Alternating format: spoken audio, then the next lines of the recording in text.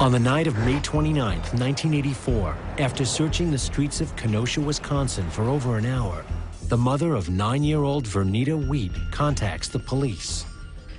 Well, the mother told us that she had a boyfriend and that he had asked if he could take Vernita to a carnival, and it was around 11 o'clock that they hadn't returned home yet.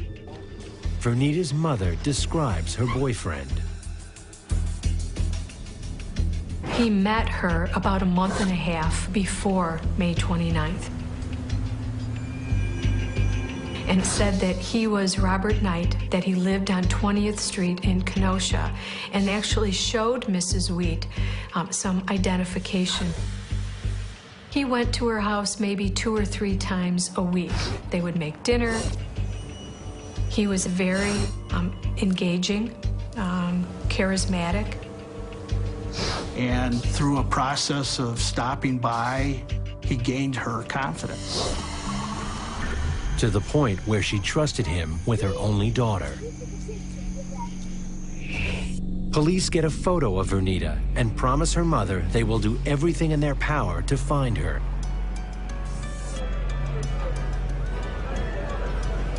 They were not at the carnival they were supposed to be at. We actually had no place really to look for them anymore. I went to the address that Robert Knight said he lived in Kenosha and discovered that that address doesn't exist.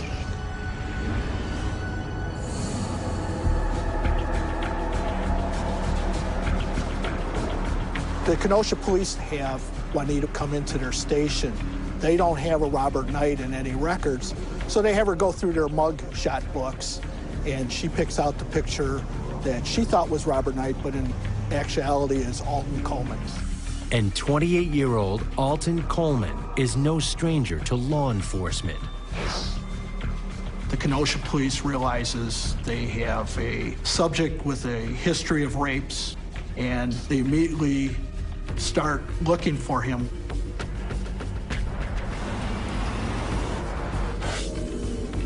Alton Coleman was a resident of Waukegan. Obviously, the first logical place to start looking for him would have been where he lived. Waukegan police officially joined Kenosha police in the search. We executed a search warrant at what is his grandmother's apartment. We meet with his grandmother. She's elderly, she's blind. We meet a person who's by the name of Debra Brown, who says that she is his girlfriend. She has very little information other than Coleman lived there. Unable to find Coleman, police bring his girlfriend, 21-year-old Debra Brown, in for questioning. Brown admits that Coleman had been gone overnight and was acting strange when he finally returned home the next morning. But she claims to not know why. Debra Brown seemed to be cooperative with us. She seemed to give us the information freely. But when asked where Coleman is, Brown claims to have no idea. Believing she is telling the truth, police let her go.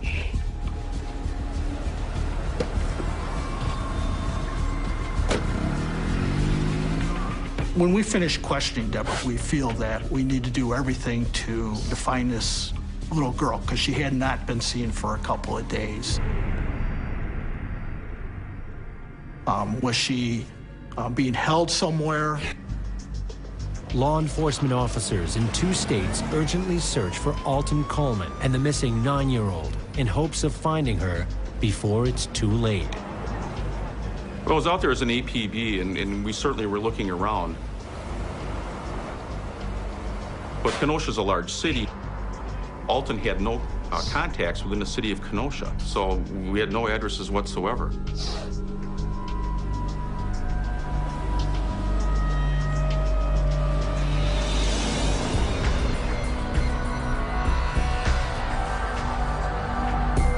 We later discovered that he tried to purchase a gun from an acquaintance. We learned that he tried to call some people to obtain money.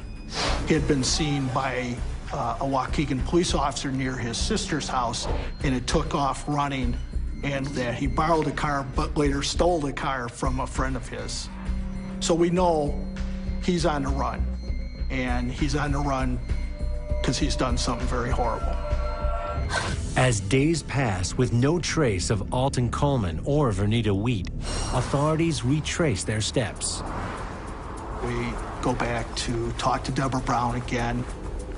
We discover she's missing. We later get information that she's last seen with somebody who looked like Alton Coleman.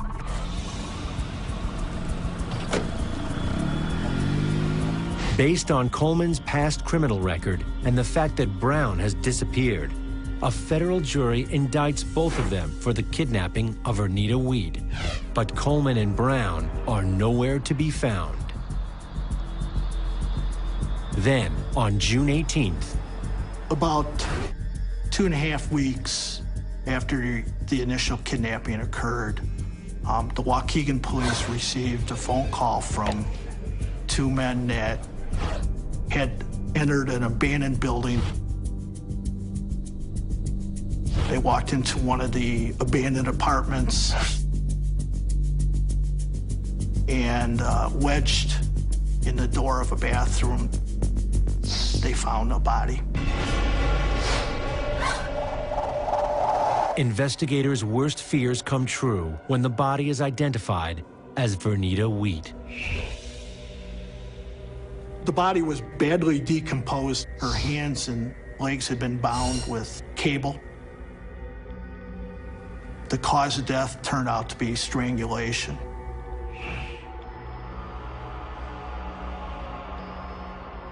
We could not determine that there was any sexual assault.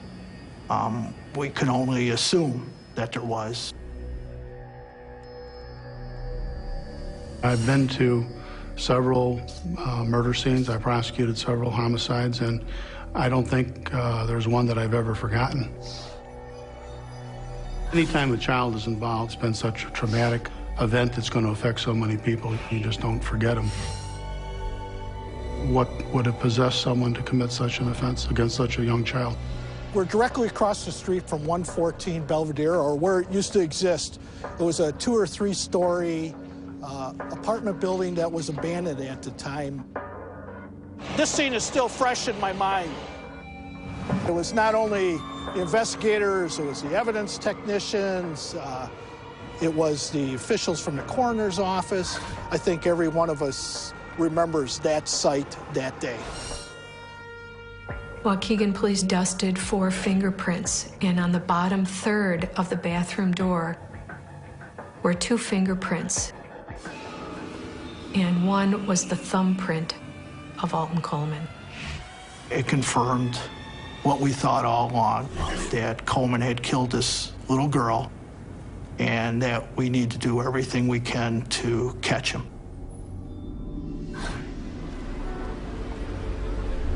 There was a lot of fear, because we had not caught him. We did not know where he was. Was he still on the streets of Waukegan? Was he in Kenosha?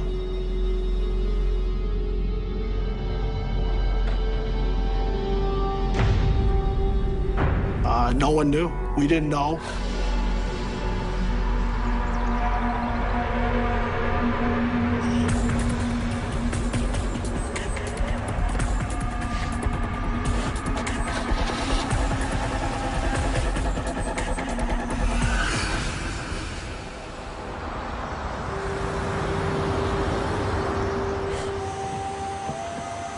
On June 18th, after being found wandering in a wooded area, a 9-year-old girl is brought to a hospital in Gary, Indiana. An examination reveals she has been beaten, choked, and sexually assaulted. When police arrive, the girl tells them that she and a 7-year-old relative, Tamika Turks, were taken to the woods and attacked by a man and a woman. The next day, searchers find Tamika's lifeless body. She had also been beaten and sexually assaulted before being killed. Tamika was strangled with a bedsheet, and the other little girl who lay in the field watched this occur. She was then sexually assaulted, and a belt was put around her neck and tightened until she passed out, and they left her for dead. The surviving victim is able to provide police a description of her attackers.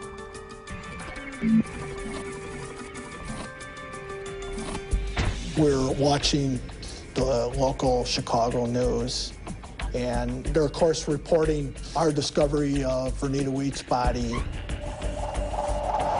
And they tell another story about how 2 girls were assaulted and 1 was killed in Gary, Indiana. My first inclination was, well, let's not blame Coleman on every murder. And then in a short few minutes after you heard more of that report, I think that this had turned into a multiple homicide spree at this time. And for Alton Coleman and Debra Brown, it was only the beginning.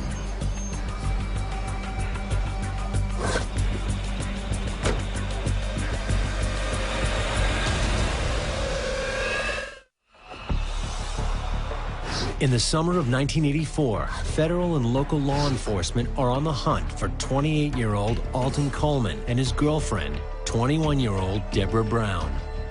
Both are wanted for kidnappings in Wisconsin and Indiana that left 2 little girls dead and another seriously injured. We had at least 100 local police and FBI agents searching the areas. The search is made all the more difficult by a paranoid public. We had almost 200 sightings of Coleman, and none of them were ever confirmed as him. So people would see somebody that remotely looked like him, and out of fear would call in.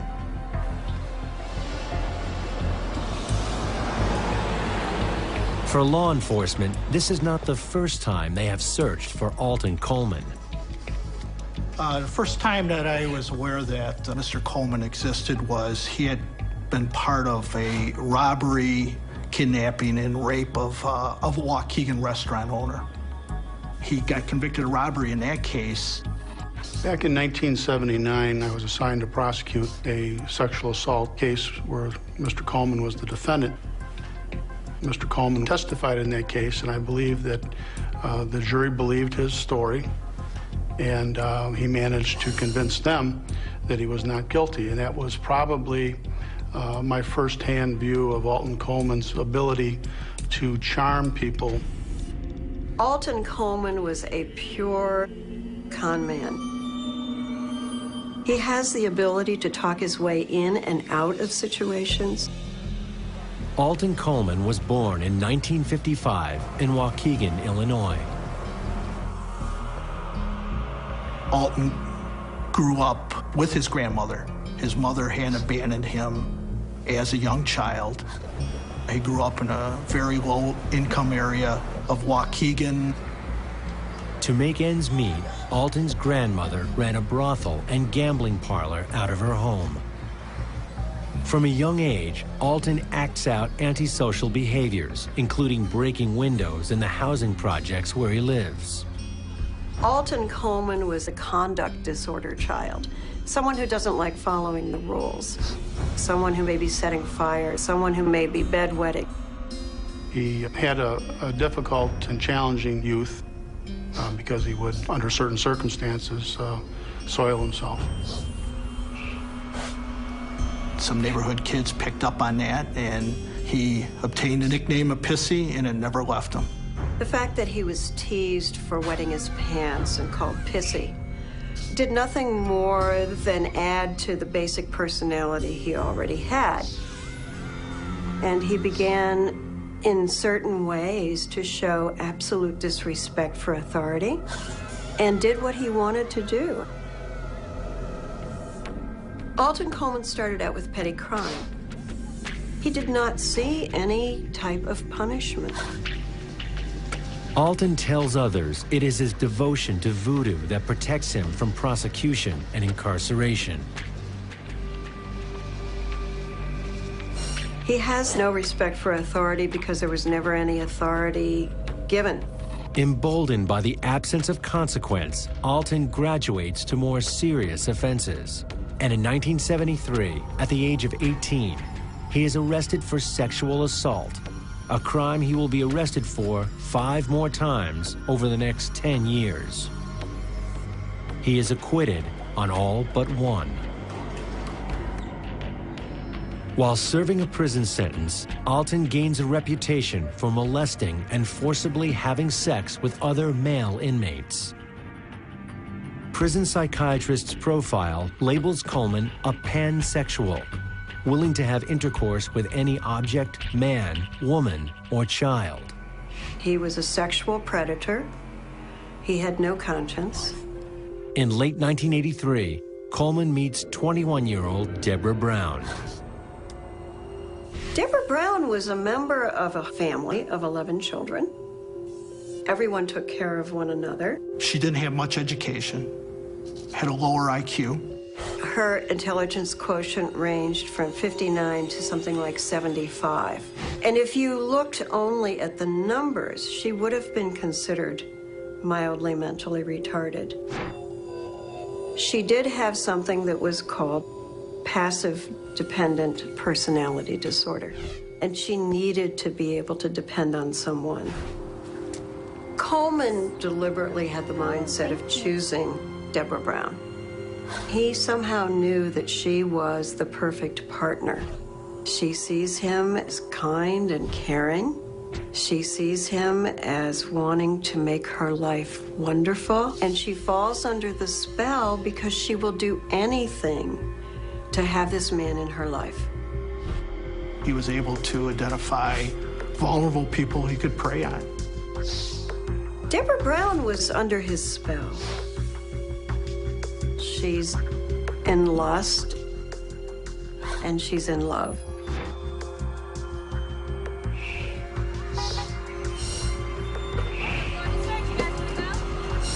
She also knew that whatever Alton told her to do, she would do.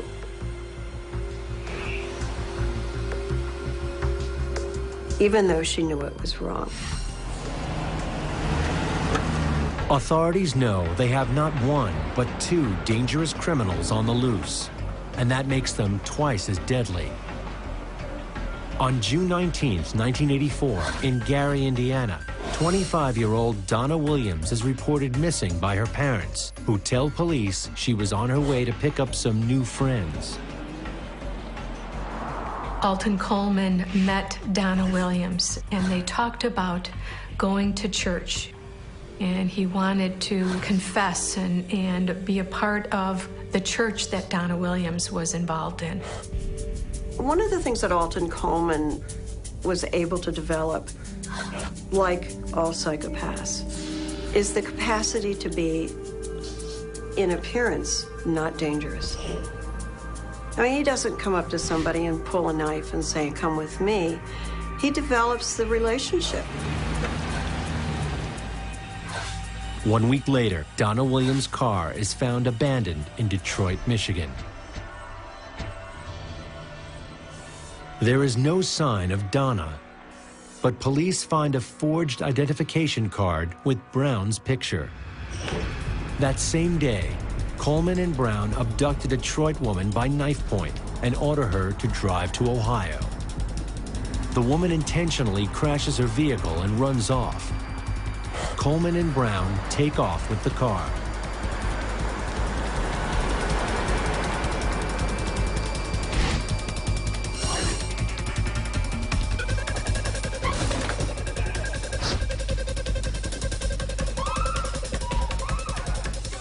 On June 28th, a Dearborn Heights couple is brutally attacked in their home by Alton Coleman and Debra Brown, who rob them and steal their car. They acted like animals. They didn't care who, they didn't care how, they didn't care where, they didn't care anything about the victims. Debra Brown just said, "Okay, let's go." No matter what she had to do, her pleasure in these crimes was seeing Alton happy.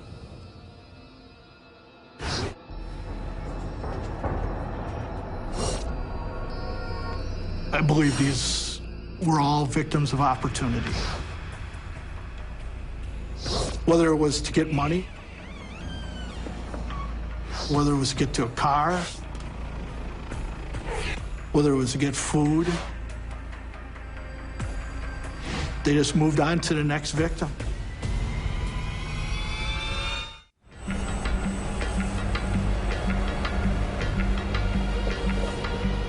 In July of 1984, Alton Coleman and Debra Brown are on a rampage across the Midwest that has led to the deaths of 2 children and the savage assault of others. For Alton Coleman, the motivation was sexual pleasure and sadistic pleasure in hurting someone.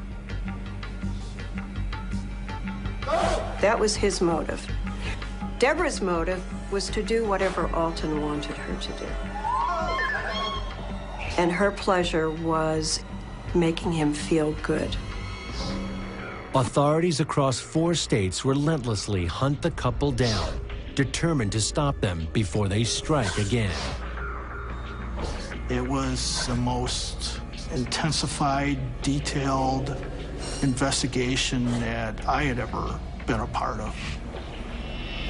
Here we have 2 people picking people out of nowhere other than their vulnerability, and it's kind of fearful. I mean, this wasn't 2 hardened gang people walking down the street that everybody would fear. They looked like a couple and were able to prey on anybody.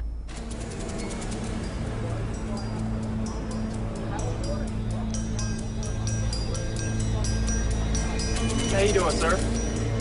On July 7th, we know that Alton Coleman went to a home in Toledo, Ohio, of Mr. and Mrs. Duvendeck. And in the ruse of wanting to buy a used car that was for sale on their street, he put a gun to their head and stole their car and also took money. He only preyed on those that were weaker than him, or smaller than him, or older than him. He did this on purpose. He picked them out so they couldn't defend themselves. It's a predator-prey situation. The predator knows that the victim is vulnerable. He knows that the prey is available.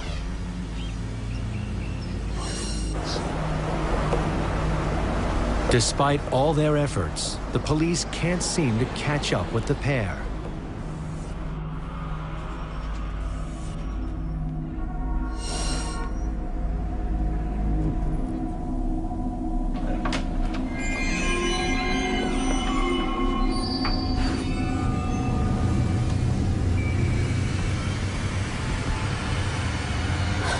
In Toledo, Ohio, when relatives of 30-year-old Virginia Temple do not hear from her or her 10-year-old daughter, they contact the police on July 11th.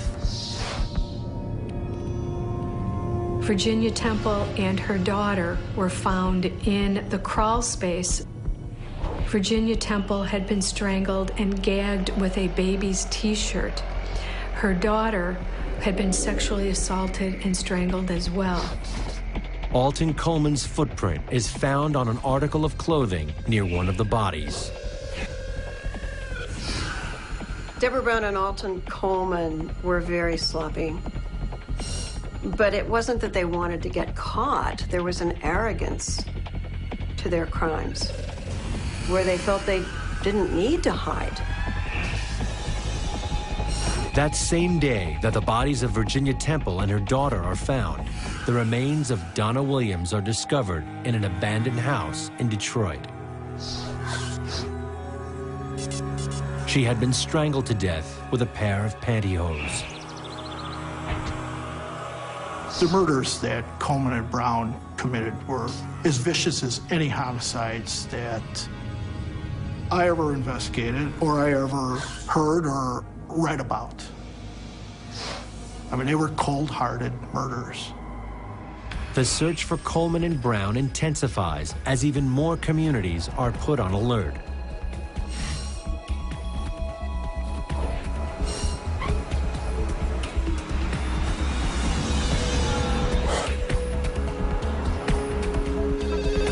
We were receiving information that the possibility of those two being in the area. There's concern. Do you really expect to open your door and talk to somebody in a civilized manner and expect them to turn around and brutally attack you and kill you? Of course not. That's where these cowards got the advantage.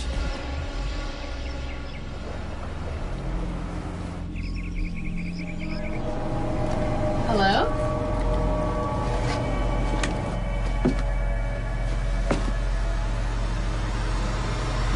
On July 13th, 19-year-old Sherry Walters discovers her parents, Harry and Marlene, brutalized in the basement of their Norwood, Ohio home. Harry and Marlene had a pop-up camper for sale in their yard. Alton Coleman and Debra Brown approached them with the story that they may want to purchase that camper. Harry and Marlene, being trusting people, invited them inside the house, offered them something cold to drink. As soon as they walked back into the living room is when they brutally attacked them with anything they could hit them with. They were bludgeoned. She was beat to death. And Harry was beat to within an inch of his life.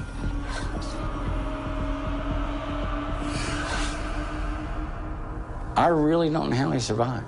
I really don't. I'm sure they believed that they had killed him. Police processed the scene of the crime. But for some, it's more than business as usual. I knew Harry and Marlene because we had grown up together.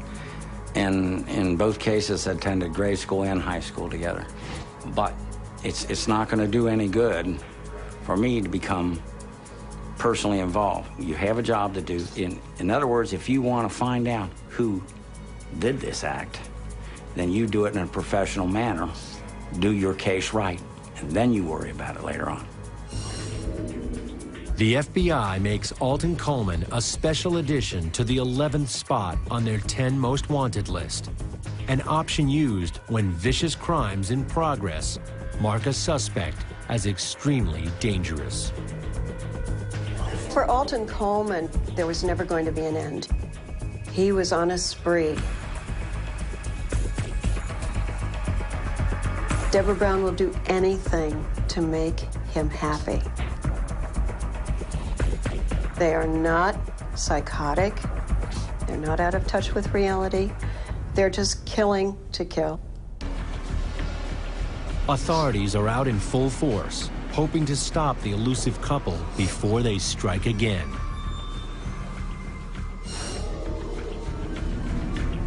When criminal conduct escalates, then I think one of the first concerns in law enforcement, when the victims start ending up as homicide victims, you wonder whether or not this person has decided that he's going to eliminate witnesses,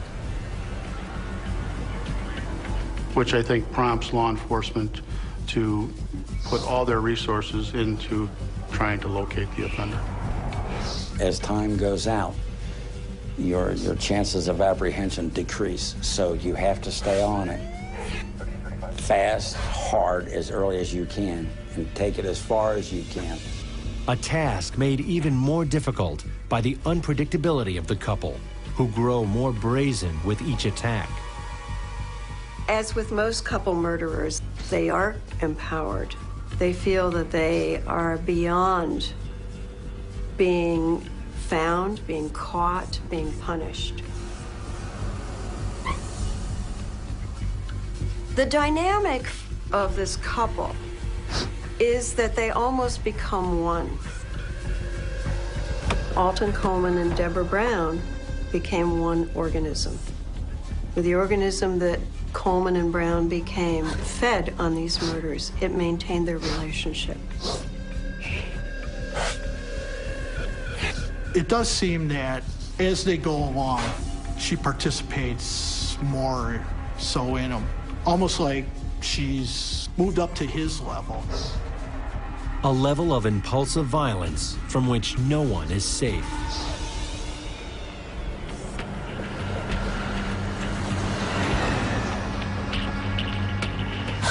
"45-year-old college professor Oline Carmichael Jr. is carjacked and kidnapped in Lexington, Kentucky on July 16th. Coleman and Brown then drive to Dayton, Ohio, where they abandon the car.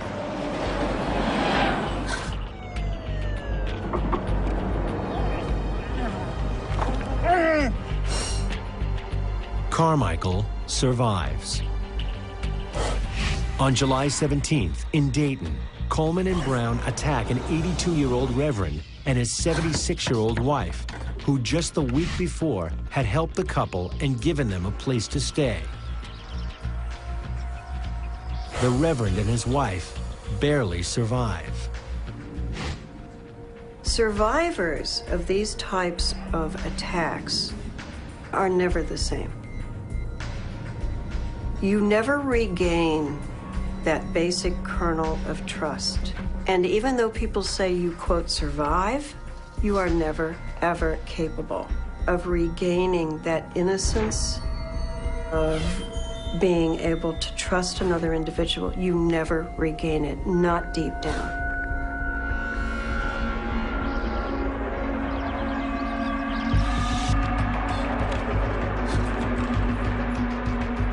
Coleman and Brown steal the reverend's car and drive it to Evanston, Illinois, but not before first beating up and robbing another elderly Dayton couple along the way. They wanted something, they stole whatever they could get their hands on, a car, a ring, a jewelry, a few bucks. If they stole the automobile, they would dump the automobile, pick up a couple of bicycles, ride, and then do it again. Coleman deliberately had the mindset of choosing Debra Brown. But she was a willing participant. She wasn't a hostage. Debra seemed to be so excited about pleasing Alton and doing what Alton wanted her to do, no matter how violent these crimes.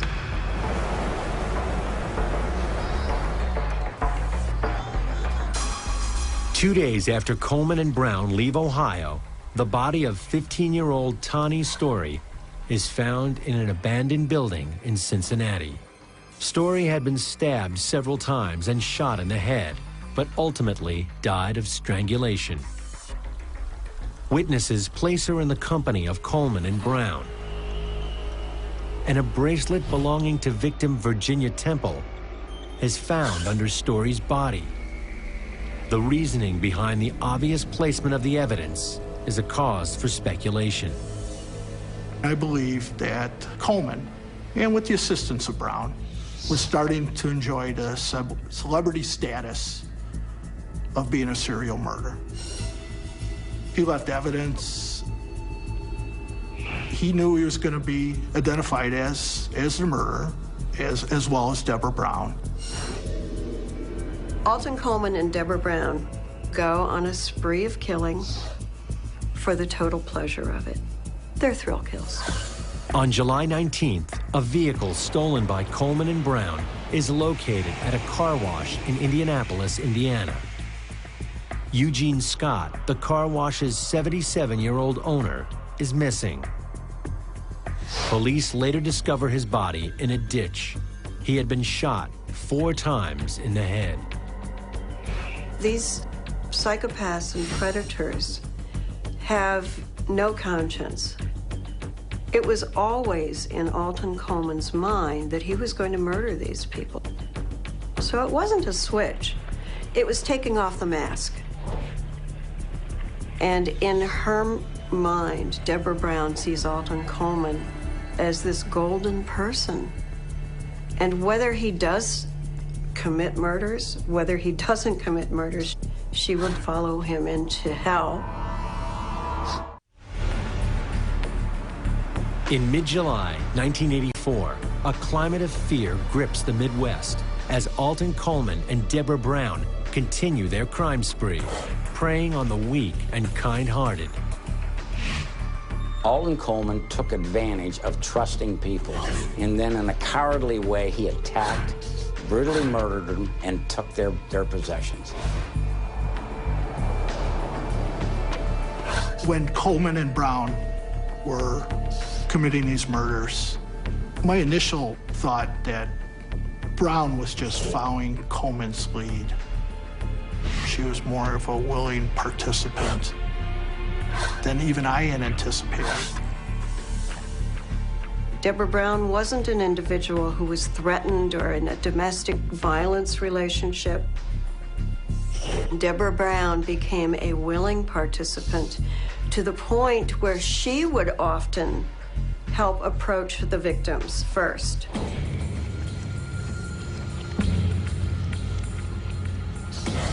She was just as vicious, just as cold, just as cowardly as he was.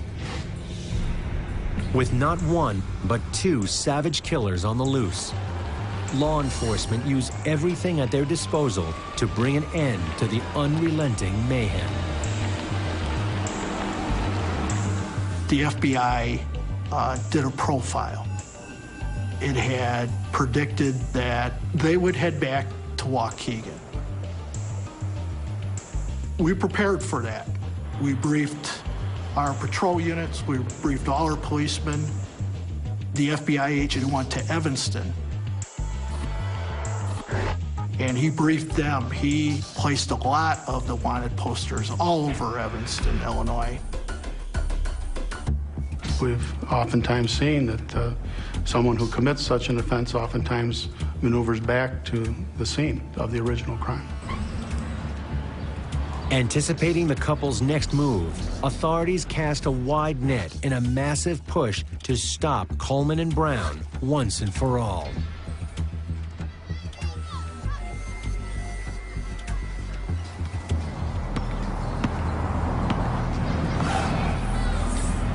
Coleman and Brown were seen in a park in Evanston, Illinois,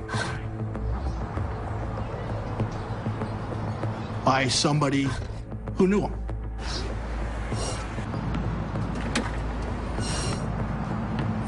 He called the Evanston police. They wanted to end in what we call today police suicides, where they wanted us to kill them in the apprehension, or did they want to get caught and gain the publicity that they thought they had obtained as serial murders? Brown, Coleman, freeze, freeze, get your hands in the air. No way of telling.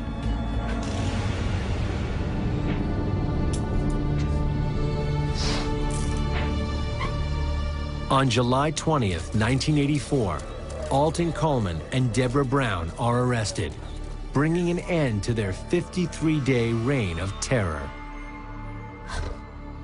They found a knife on Coleman, gun on Debra Brown. They didn't give them the opportunity to hurt anybody else, and the capture went, in police terms, went perfect. There was some speculation that he may have been tired of running, that Alton Coleman had decided that he'd been on the run and that he didn't want to run anymore. And for us, we're glad they're caught, we're glad they're in custody. But for our residents and the victims, they're now off the street. That was the big deal. During their 8-week rampage, Coleman and Brown are believed to have committed 8 homicides, 7 rapes, 3 kidnappings, and 14 armed robberies. It was a great relief that he was in custody and that we would now be able to move ahead with seeking justice. Prosecutors in 20 jurisdictions meet to decide how to move forward with their cases against Coleman and Brown. Part of the consideration of who would prosecute the case first would be whether they would seek capital punishment. The decision was made that the first case would go to Ohio. After months of pretrial preparation, Alton Coleman and Debra Brown are first tried for the kidnapping of Oline Carmichael. And on January 7th, 1985, a judge sentences them to 20 years in prison. The other trials follow in quick succession, and on April 30th, Coleman and Brown are sentenced to death for the murder of Marlene Walters. followed less than a month later by another death sentence each for the murder of Tani Story. I think there is some closure when there's a conviction in court, but the one thing that the court system probably will never do is return that family or that mother back to where they were prior to the crime. Throughout the trials, Debra Brown remains loyal to Alton Coleman. She was very highly protective of him. She was extremely reluctant, which is unusual for many defendants, to tell her story, which would have to implicate her boyfriend, Alton Coleman. Whereas, on the other hand, Alton Coleman just saw her as a disposable piece of property. He had no emotional attachment to her and would have killed Debra Brown at any point in time where he felt that she was not going to be at his beck and call, because he had no conscience. Coleman and Brown are extradited to Indiana, where on May 2nd, Alton Coleman is sentenced to death for a third time for the murder of Tamika Turks, and an additional 100 years for the assault and attempted murder of the surviving victim. Debra Brown receives the same punishment. Debra Brown would not have committed these crimes without Alton Coleman or someone else who was able to find her vulnerabilities. But Debra Brown was not a murderer. She became a murderer. Debra Brown became a murderer because of Alton Coleman. Alton Coleman is then extradited to Illinois to stand trial in the murder of Vernita Wheat. Debra Brown is not charged for the crime. She is returned to Ohio, where she is placed on death row.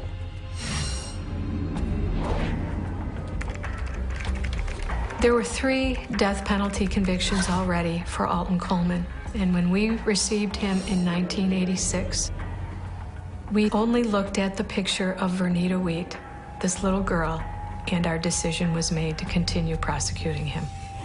The trial begins on January 15th, 1987, and ends on January 24th, with a guilty verdict and another death sentence. After they came back with their decision that he was going to receive the death penalty, the jury asked the judge if they could see Matt Chansey and I. We went back into the jury room, and they were standing and clapping for us. With this, his 4th death sentence, Alton Coleman becomes the first person ever sentenced to death in 3 states. He attempts to get his sentences overturned on appeal by arguing, among other things, that he was neglected and abused as a child. Sociopaths are born, basically. They're not made. You don't become a con man or a psychopath because you've been teased. You become one because you're born that way. The relatives of the victims don't care what kind of childhood you had. Nobody should care. These individuals took these lives in a brutal fashion. That's what they should care about. I don't want to hear excuses. In 1991, the governor of Ohio commutes Debra Brown's death sentence before leaving office. He cites Brown's mild retardation, stating she suffers from childlike emotional development and had a master-slave relationship with Coleman. In my opinion, although Debra Brown had an IQ that would have been measured in the mildly mentally retarded range, it did not impact what she did with Alton Coleman. Mental retardation for Debra Brown may have been that she was not successful in school, but she was quite capable of functioning on a day-to-day basis. Debra Brown knew what she was doing. She knew what she was doing was wrong, and she continued to do it knowing it was wrong. I was disappointed, to say the least. She should have been executed, and she escaped execution. It made me sick. It made me feel like the people who made that decision should have been at the crime scene instead of looking at some sniveling individual behind bars and commuting their sentence. After exhausting all of his appeals, on April 26th, 2002, 46-year-old Alton Coleman is executed by lethal injection at Mansfield Correctional Institution near Lucasville, Ohio. Due to the large number of requests to witness the execution from victims and victims' families, a closed-circuit broadcast is set up to accommodate as many as possible. Did I attend the execution? No. I made an attempt, but I was told that the seats were taken and I could not get a seat. Some people will tell you, well, I don't want to witness an execution. Well, when you start that case and you know that's what the outcome is, I figure I'll be there and watch it till its conclusion. I guess in the end, Alton Coleman was just the scum of the earth. Didn't care who. Certainly didn't care how old. Didn't care about their vulnerability. He did it for thrill. He did it over money. There was no chance that this guy could ever be rehabilitated. And certainly the victims are served by him never, ever being able to ever be out in the public again.